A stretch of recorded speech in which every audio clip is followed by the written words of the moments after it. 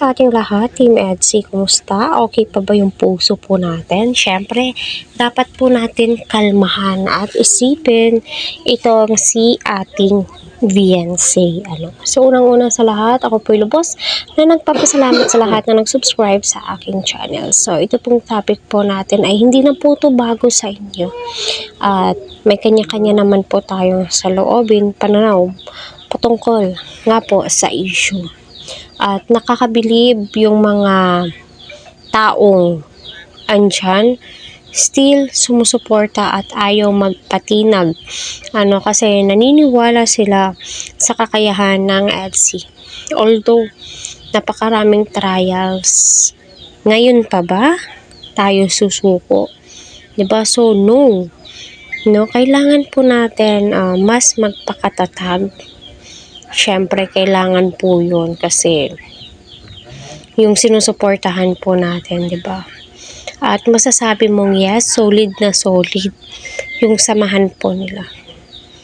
At base sa topic po natin, ay si VNC still kakapit pa rin po kay Edu. Siyempre, andun na din po yun kasi sa tagal po ng kanilang samahan, personally, alam na po nila kung ano po yung ugaling meron sila. At kaya po nilang timbangin po ito. Kaya ang masasabi ko, kung ano man po yung magiging desisyon ni Beyonce base sa mga napapanood po natin, respetuhin po natin yan. Kasi unang-una sa lahat tayo, nasasabi mo talaga na pinapalagahan po nila yung isa't isa. Respetuhin po nila ang bawat isa.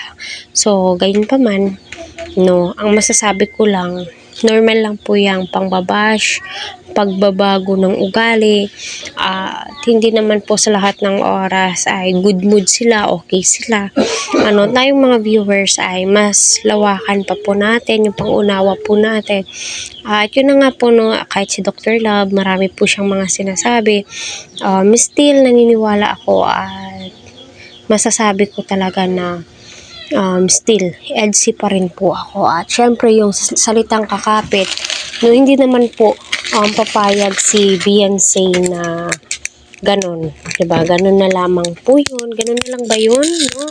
Ka-easy sa atin na diktahan at sabihin na stop na yung love team nilang dalawa. Hindi sa tagal-tagal pa po ng kanilang friendship, diba? So, masasabi ko, no way. Still, tuloy-tuloy pa rin po, diba?